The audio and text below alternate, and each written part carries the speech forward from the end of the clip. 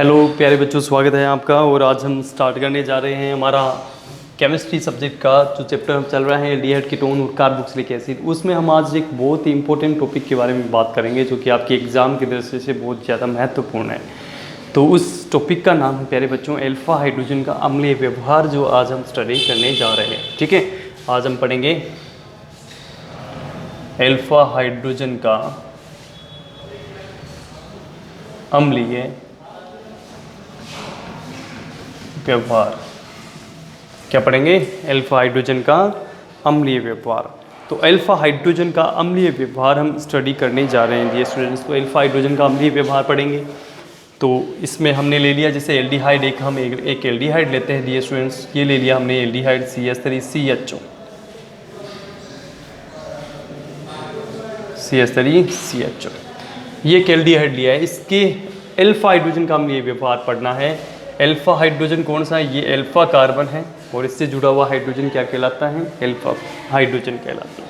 CHO यहाँ पे क्रियात्मक समूह है, एल्डिहाइड क्रियात्मक समूह है, और इस एल्डिहाइड क्रियात्मक समूह से जो निकटवर्ती कार्बन है उसको अल्फा कार्बन कहते हैं और इससे जुड़ा हुआ हाइड्रोजन अल्फा हाइड्रोजन कहलाता है। ठीक है, इस अल्फा हाइड्रोजन के साथ यदि हम देखें, ये जो अल्फा हाइड्रोजन यहाँ पे जुड़ा हुआ है, इसका अम्लीय व्यवहार हमें जांच करना है। ठीक है, इसका अम्लीय व्यवहार किस प्रकार से होगा, कैसे होगा, ये हमें बात करनी है। तो आप देखोगे कार्बन और ऑक्सीजन में विद्युत ऋणता ऑक्सीजन की ज़्यादा होती है, तो इस बॉन्ड के इलेक्ट्रॉन को कौन खींच लेता है? ऑक्सीजन, क्योंकि इसकी विद्युत ऋणता ज़्यादा होती है, बंध के इलेक्ट्रॉन को आकर्षित करता है, और ये आकर्षित करेगा तो इसके ऊपर पार्शियल नेगेटिव चार्ज आ जाएगा। ठीक है, कार्बन पे क्या आएगा? पार्शियल पॉजिटिव चार्ज आ जाएगा। ओके, पार्शियल पॉजिटिव चार्ज आ जाएगा। हम देखते हैं कि यहाँ CH3 है, इसमें से यदि एक हाइड्रोजन निकल जाए, अम्लीय व्यवहार को ये शो करता है। क्यों निकलता है ये हाइड्रोजन? क्योंकि यहाँ पर इलेक्ट्रॉन घनत्व का मान क्या हो जाता है? कम हो जाता है। इलेक्ट्रॉन घनत्व का मान कम हो जाता है यहाँ पर। इस वजह से मान लो यहाँ क्या निकल गया, यहाँ से हाइड्रोजन निकल जाता है, तो ये इस पर हम लिख देंगे CH2 C double bond oxygen, C double bond oxygen H। एक हाइड्रोजन यहाँ से हमने बाहर निकाल दिया, इस पर नेगेटिव चार्ज लगा दिया, और हाइड्रोजन जो है H पे हम क्या लगा देते हैं? चार्ज। H पे चार्ज क्या आ जाता है? पॉजिटिव चार्ज आ जाता है। ओके, ये हाइड्रोजन पे पॉजिटिव चार्ज हमने लगा लिया। अब जो ये इनोलेट आयन बना है, क्या बना है? ये इनोलेट आयन बना है या कार्बेनाइन बना है। ठीक है, ये जो एनाइन बना है, कार्बेनाइन जो बना है, इस कार्बेनाइन का हमें क्या देखते हैं? हम अनुनादी संरचना इसकी बना देते हैं। ये जो बना है कार्बेनाइन, इसकी हम बनाते हैं अनुनादी संरचना। ठीक है, ये C डबल बॉन्ड OH, इसकी अनुनादी संरचना बनाते हैं। नेगेटिव चार्ज है, मतलब इलेक्ट्रॉन जो थे कहाँ चले जाते हैं? यहाँ पे क्या आ जाएगा? Double bond. ये इलेक्ट्रॉन शिफ्ट हो गए, यहाँ क्या आ जाएगा? Double bond. इस बॉन्ड के इलेक्ट्रॉन कहाँ शिफ्ट हो जाएंगे? ऑक्सीजन पर। क्यों? क्योंकि विद्युत ऋणता ज़्यादा होती है ऑक्सीजन की, तो चार्ज क्या आ जाएगा? नेगेटिव। तो अनुनादी संरचना में हम देखेंगे कि CH2 double bond C, oxygen पे नेगेटिव चार्ज आ रहा है, और ये H, ये बनता है। ओके, क्लियर है? इस प्रकार से हम देखते हैं CH2 double bond C, oxygen पे नेगेटिव चार्ज, और हाइड्रोजन इसके साथ में जुड़ जाता है। ठीक है, ये अनुनादी संरचना हमने इसकी देखी है। क्लियर? तो अल्फा हाइड्रोजन के अम्लीय व्यवहार को आप समझने का प्रयास करो। इसके दो अनुनादी संरचनाएं बनी, ये फर्स्ट नंबर और ये सेकेंड नंबर, ये अनुनादी संरचनाएं हमने बनाई है। ठीक है, अब ये हमने अनुनादी संरचनाएं इसकी बना ली, और इसमें हम समझते हैं अम्लीय व्यवहार। तो आप देखोगे कार्बोनिल समूह की ध्रुवीय प्रकृति होती है, ऑक्सीजन की विद्युत ऋणता अधिक होती है, तो ऑक्सीजन इलेक्ट्रॉन को अपनी ओर आकर्षित करेगा, और चार्ज क्या आ जाएगा? ऑक्सीजन पर नेगेटिव। कार्बन पे क्या चार्ज आ जाता है? पॉजिटिव चार्ज आ जाता है। ठीक है, इस कारण से इलेक्ट्रॉन घनत्व की ये पूर्ति होती है, और यहाँ से हाइड्रोजन का क्या होता है? रिमूव। आसानी से क्या हो जाता है? हाइड्रोजन रिमूव हो जाता है, क्योंकि ध्रुवणता कार्बोनिल ग्रुप की अधिक होती है। ठीक है, CH3 जो समूह है ये कौन सा प्रभाव डालता है? प्लस आई प्रभाव डालता है। कौन सा डालता है? प्लस आई प्रभाव ये डालता है कार्बोनिल समूह पर। तो यहाँ से H प्लस आयन आसानी से रिमूव हो जाएगा अल्फा हाइड्रोजन का, और H प्लस आयन निकलने पर क्या होता है? H प्लस आयन जो देते हैं वो क्या दर्शाते हैं? अम्लीय व्यवहार दर्शाते हैं। इस कारण से इसकी कार्बोनिल समूह की से जुड़े हुए जो एल्डिहाइड हैं उसमें यदि CH3 समूह जुड़ा होता है, ठीक है, CH3 समूह जुड़ा होता है, या अल्फा हाइड्रोजन जो उपस्थित होता है, वह अम्लीय व्यवहार दर्शाता है। ठीक है, अब हम नोट की बात करें प्यारे बच्चों। एक नोट डाले हैं हम यहाँ पे।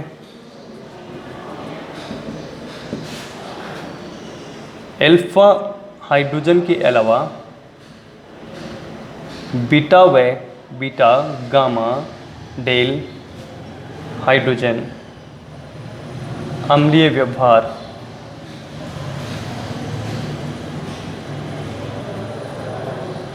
नहीं दर्शाते।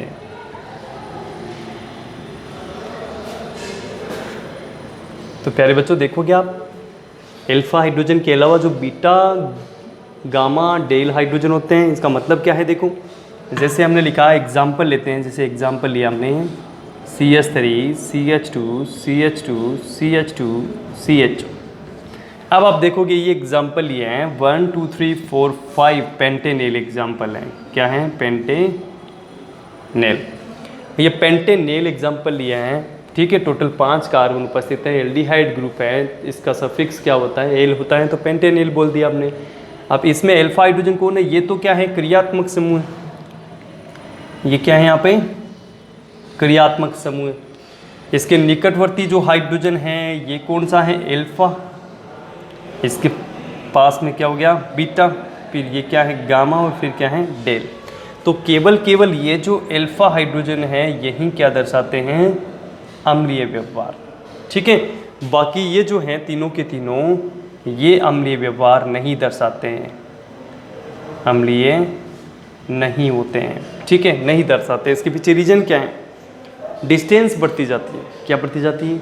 डिस्टेंस बढ़ती जाती है। पहले CHO से एकदम निकटवर्ती कौन है? अल्फा। इस कारण से क्या होता है? प्लस आई प्रभाव पड़ता है, ठीक है। कार्बोनिल समूह की ध्रुवता रहती है, इस कारण ये H+ आयन आसानी से त्यागा जा सकता है। लेकिन जैसे ही दूरी बढ़ती जाती है, जैसे ही डिस्टेंस बढ़ती जाती है, वैसे वैसे क्या होगा? अम्लीयता घटती जाएगी। अम्लीयता नहीं दर्शाएंगे ये।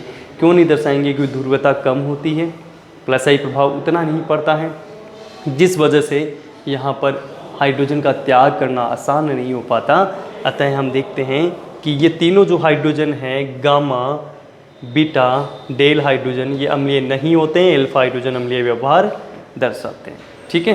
ये हमने बात की है अम्लीय व्यवहार की और अल्फा हाइड्रोजन के अम्लीय व्यवहार की। इसी से रिलेटेड हम एक मोस्ट इम्पोर्टेंट टॉपिक आगे हम और स्टडी करेंगे, उसका नाम है एल्डोल कंडेंसेशन, जो कि मोस्ट ऑफ बोर्ड एग्ज़ाम्स के अंदर पूछी जाती है। कोई भी ऐसी बोर्ड एग्ज़ाम नहीं है जिसमें इससे रिलेटेड, इस टॉपिक से रिलेटेड क्वेश्चन नहीं आया हो। तो आपके लिए बहुत इंपॉर्टेंट टॉपिक है इस चैप्टर से, एल्डिहाइड कीटोन कार्बोक्सिलिक एसिड से, और वो है आपका एल्डोल कंडेंसेशन, एल्डोल संघनन।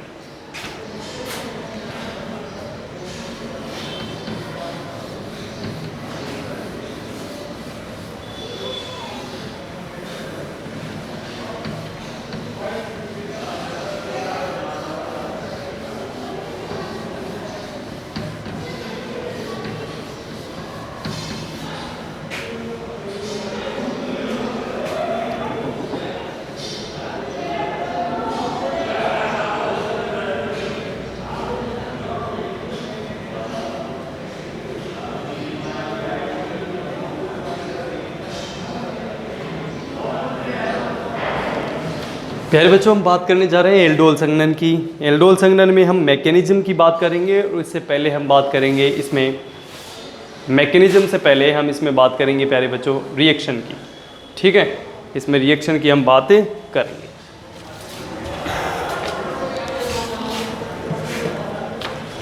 तो प्यारे बच्चों, हम रिएक्शन की बात करेंगे एल्डोल संघनन में। सबसे पहले रिएक्शन कर लेते हैं। देखिए, इसके लिए आपको कुछ समझना पड़ेगा। एल्डोल संघनन समझने से पहले, रिएक्शन को समझने से पहले, अल्फा हाइड्रोजन युक्त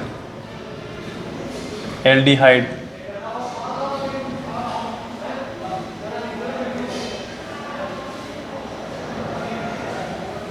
व कीटोन, अल्फा हाइड्रोजन युक्त एल्डिहाइड व कीटोन यह अभिक्रिया देते हैं, ठीक है। दूसरी फर्स्ट कंडीशन तो ये होगी, अल्फा हाइड्रोजन युक्त एल्डिहाइड व कीटोन होने चाहिए। सेकंड कंडीशन ये है यहाँ पर प्यारे बच्चों, माध्यम जो होता है क्षारीय होता है। माध्यम कौन सा होगा? क्षारीय होता है, ठीक है। क्षारीय माध्यम होता है। अल्फा हाइड्रोजन युक्त एल्डिहाइड और कीटोन इसमें भाग लेते हैं, जिनमें अल्फा हाइड्रोजन होता है। अब हम एक रिएक्शन करते हैं, जैसे हमने लिया CH3CHO जिसमें अल्फा हाइड्रोजन प्रेजेंट है, ठीक है, ये अल्फा हाइड्रोजन इसमें प्रेजेंट है। इसकी रिएक्शन हम करते हैं, एल्डोल संघनन करते हैं इसके अंदर, इसको हम इस प्रकार से लिख लेते हैं C double bond OH CH3CHO।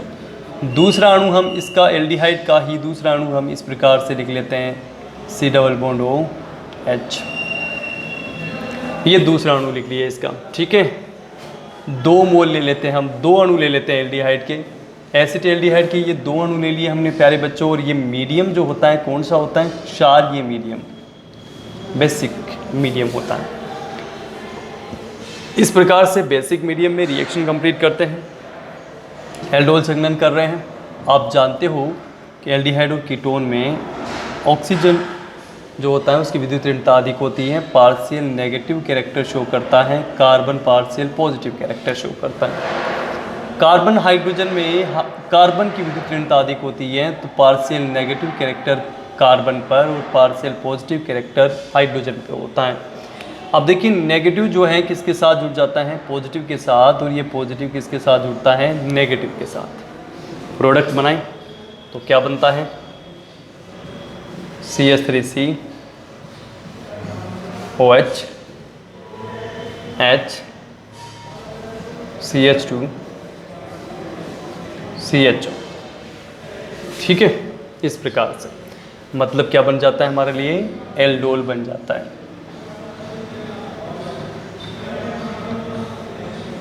Aldol बन जाता है, क्या बन गया, एल्डोल बन गया। अब देखिए प्यारे बच्चों, ये जो एल्डोल बना है, ये एल्डोल आगे जा कर के आगे इसमें हम समझ सकते हैं एल्डोल को कि ये इस प्रकार से हम इसको लिख सकते हैं कि ये जो एल्डोल बना CH3COH H CHH CHO, ये जो प्रोडक्ट बना है प्यारे बच्चों, ये निर्जलीकरण के द्वारा क्या करेगा, ये निर्जलीकरण के द्वारा जल का अणु बाहर निकाल देगा। ये एल्डोल बन गया, हमने प्लस माइनस करके जोड़ दिया इनको, फिर वाटर का अणु इसमें से बाहर निकाल देते हैं, तो उत्पाद बना देते हैं प्यारे बच्चों CH3CH डबल बॉन्ड CH ठीक है। इस प्रकार से बना देते हैं CH3CH double bond CH single bond CHO। इस प्रकार से एल्कीनोल बन जाता है हमारे पास में, ठीक है। एल्कीनेल का निर्माण हो जाता है प्यारे बच्चों, इसमें डबल बॉन्ड होता है और CHO ग्रुप प्रेजेंट होता है। IPSC नोमेनकल्चर की बात करें इसके तो 1 2 3 एंड 4 टोटल 4 कार्बन हैं। इसमें हम लिखेंगे ब्यूट 2 इन 1L, ठीक है। ब्यूट 2 इन 1L मतलब 2 नंबर पे क्या है, डबल बॉन्ड, और 1 पे क्या है, एल्डिहाइड ग्रुप प्रेजेंट हैं इसके पास। अब हम बात करेंगे मैकेनिज्म की, क्रियाविधि की बात करेंगे। मैकेनिज्म,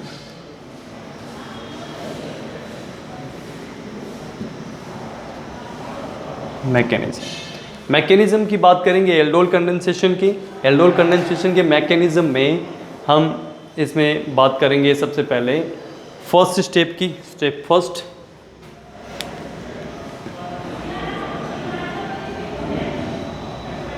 स्टेप फर्स्ट, और फर्स्ट स्टेप क्या रहेगी प्यारे बच्चों,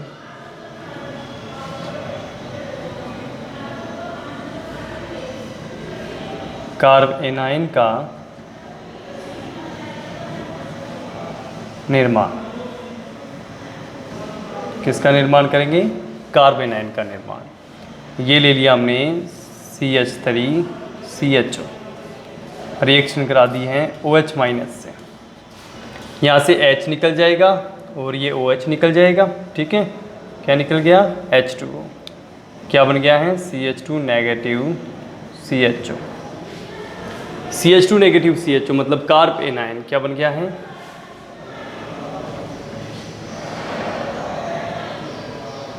कार्बेनाइन बन गया है, ओके। अब ये जो कार्बेनाइन है ये क्या दर्शाता है प्यारे बच्चों, अनुनाद दर्शाता है, हम जानते हैं। स्टेप सेकंड, इसी स्टेप में यदि हम देखें कार्बेनाइन क्या दर्शाएगा, अनुनाद दर्शाता है। और इसके बाद हम देखते हैं स्टेप सेकंड, उसमें देखिए उसमें ऑक्सीजन पे क्या आ जाता है, ऋणावेश आ जाता है, योगात्मक उत्पाद का निर्माण होगा। स्टेप सेकंड में हम क्या करेंगे, ये लिया हमने CH2 नेगेटिव CHO, और इसकी रिएक्शन किसके साथ की है प्यारे बच्चों, इसकी रिएक्शन की है हमने दूसरे अणु के साथ, CH3CHO के दूसरे अणु के साथ हमने इसकी रिएक्शन की है। ठीक है, हम जानते हैं कि कार्बन और ऑक्सीजन में विद्युतीयता ऑक्सीजन की ज़्यादा होती है, ऑक्सीजन पे नेगेटिव, कार्बन पे क्या आएगा, positive charge.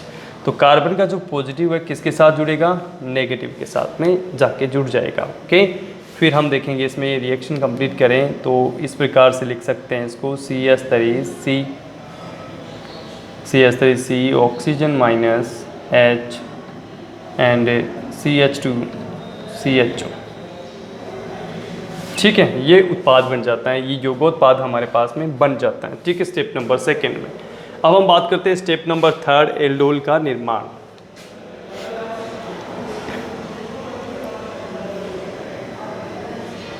Step third,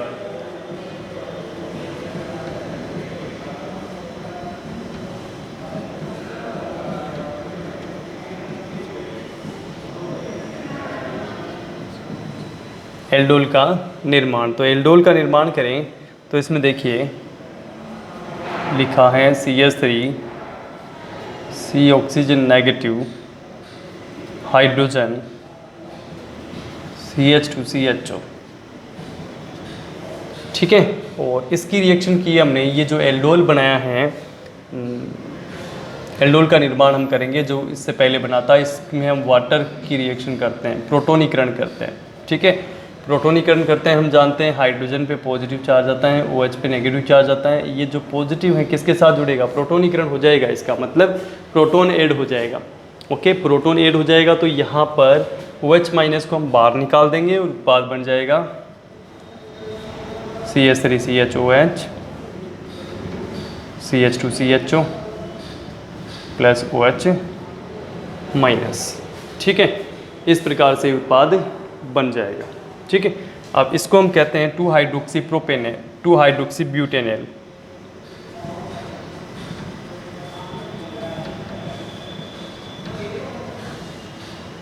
two hydroxy ब्यूटेनेल का निर्माण इसमें हो जाता है। ठीक है, 2 हाइड्रोक्सी ब्यूटेनेल का निर्माण हो गया। स्टेप नंबर थर्ड, एल्डोल का निर्माण कंप्लीट होता है। Okay, step number third complete होती है। इसके बाद हम देखते हैं लास्ट स्टेप में, तो हम क्या करेंगे, एक रिएक्शन और इसके हम कर सकते हैं, जैसे CH3CHOH जो है वह इसी प्रकार से इसमें से वाटर का क्या हो जाएगा, निर्जलीकरण हो जाएगा, मतलब वाटर अणु बाहर निकल जाएगा और प्रोडक्ट हम बना सकते हैं एल्कीनोल, CH2 double bond CH3CH double bond CH, इस प्रकार से एल्कीनेल का निर्माण इसमें हो जाएगा। ओके, तो प्यारे बच्चों, ये मैकेनिज्म हमने पढ़ी है एल्डोल संघनन की।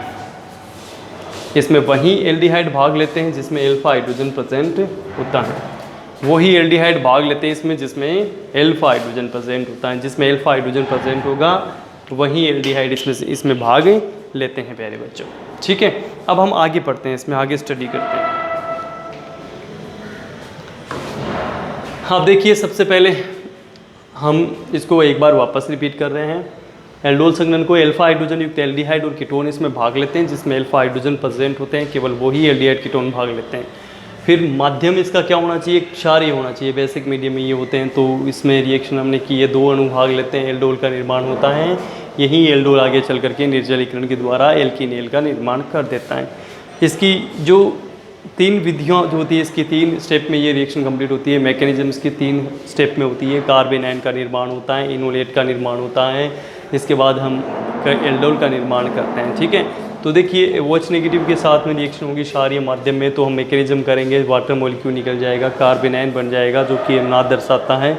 स्टेप नंबर सेकंड में जो कार्बन आयन बनाता है दूसरे अणु एल्डिहाइड के साथ में जुड़ जाता है। फिर एल्डोल का निर्माण कर देते हैं हम, प्रोटोनीकरण होता है, एक तरह से वाटर मॉलिक्यूल को लेते हैं जिसमें से प्रोटोन को ये खींच लेता है अपनी ओर, OH नेगेटिव को बाहर निकाल देता है। ठीक है, लास्ट में क्या होता है, ये स्वयं ही एल्डोल जो बना था वह निर्जलीकरण करके क्या बना देता है, एल्कीनेल का निर्माण कर देता है। ओके, ये एल्डोल कंडेंसेशन रिएक्शन हम कंप्लीट कर चुके हैं।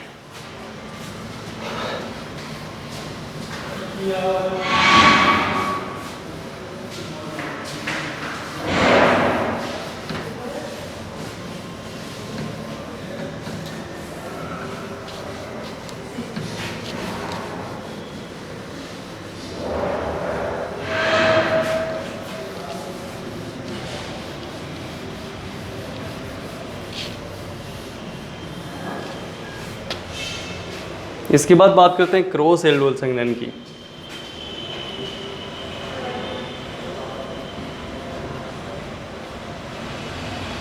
क्रॉस एल्डोल संघनन की बात करते हैं। तो क्रॉस एल्डोल संघनन में सबसे पहले हम बात करेंगे प्यारे बच्चों, क्रॉस एल्डोल संघनन में अल्फा हाइड्रोजन युक्त एल्डिहाइड लेते हैं, लेकिन एल्डिहाइड जो होते हैं वो परस्पर समानता नहीं रखते हैं। असमान एल्डिहाइड का यूज हम करते हैं। ठीक है, किसका यूज करते हैं? असमान एल्डिहाइड का यूज हम करते हैं। अल्फा हाइड्रोजन प्रेजेंट होना चाहिए। ठीक है, ये अल्फा हाइड्रोजन प्रेजेंट है इसमें, ओके। और इसमें ये कौन सा हाइड्रोजन प्रेजेंट है? अल्फा हाइड्रोजन प्रेजेंट है। किस की उपस्थिति में रिएक्शन होती है? क्षारीय माध्यम में होती है रिएक्शन। ठीक है, कार्बन ऑक्सीजन में विद्युत ऋणता किसकी अधिक? ऑक्सीजन की। ऑक्सीजन पे चार्ज क्या जाएगा? माइनस। कार्बन पे क्या जाएगा? प्लस। अब आप अल्फा हाइड्रोजन को देखते हो। अल्फा हाइड्रोजन को आप इस प्रकार से लिख सकते हो, CH ऐसे लिख दिया मैंने। इस बॉन्ड के इलेक्ट्रॉन कौन खींच लेगा? कार्बन। कार्बन पे चार्ज क्या आ जाएगा? माइनस। और हाइड्रोजन पे क्या आ जाएगा? Charge plus, positive. तो ये जो हाइड्रोजन पॉजिटिव है ये किसके साथ जुड़ेगा? ऑक्सीजन नेगेटिव के साथ। कार्बन पॉजिटिव था, किसके साथ जुड़ेगा? इस दूसरे कार्बन के, कार्बन नेगेटिव जो था वो कार्बन पॉजिटिव के साथ में जुड़ जाएगा। मतलब जो प्रोडक्ट बनेगा डियर स्टूडेंट्स वो बन जाएगा CH3 CHOH CH2 CH3 C double bond OH। ठीक है, ये प्रोडक्ट बन जाता है जिसको हम एल्डोल कहते हैं। ठीक है, या इसको कहा जा सकता है dear students 1 2 3 4 2 methyl 3 hydroxy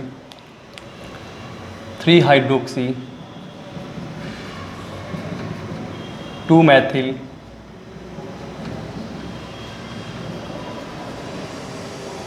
butanal. 3 hydroxy 2 methyl butanal का फॉर्मेशन हो जाता है। ये क्रॉस एल्डोल संघनन रिएक्शन कहलाती है। ठीक है, ये क्रॉस एल्डोल संघनन अभिक्रिया कहलाती है। ओके, तो ये क्रॉस एल्डोल संघनन अभिक्रिया हमने कर ली है। ठीक है, विपरीत कैसे की है? क्योंकि इसमें असमान एल्किल ग्रुप भाग लेते हैं, असमान एल्किल ग्रुप इसमें भाग लेते हैं, तो ये कहलाती है क्रॉस एल्डोल संघनन रिएक्शन। ठीक है, अब आपसे क्वेश्चन दिए जा रहे हैं। अब आपको छांटना है कौन सी एल्डोल है और कौन सी क्रॉस एल्डोल है। ठीक है, क्वेश्चन नंबर फर्स्ट,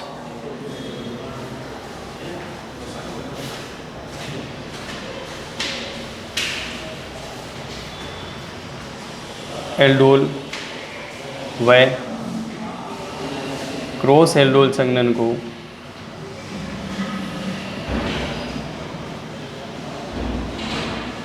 पहचानिए व अभिक्रियाओं को पूर्ण कीजिए। ठीक है, अभिक्रियाओं को पूर्ण करना है, एल्डोल और क्रॉस एल्डोल संघनन को पहचानना है। तो ये first reaction CH3 CHO CH3 CH2 CH2 CHO, ये रिएक्शन करनी है आपको। ओके, नंबर B है CH3 CO CH3 plus CH3 CO CH3 OH minus. C है CH3 CO CH3 plus CH3 CH2 CO CH3। इस प्रकार से 3 अभिक्रिया मैंने बोर्ड पर लिखी है। तीनों अभिक्रियाओं को आपको कंप्लीट करना है और इसमें से पहचानना है कि कौन सी इसमें एल्डोल संघनन है और कौन सी क्रॉस एल्डोल संघनन है। ठीक है, क्रॉस एल्डोल और एल्डोल संघनन को पहचान के आपको इनके आंसर्स करने हैं प्यारे बच्चों।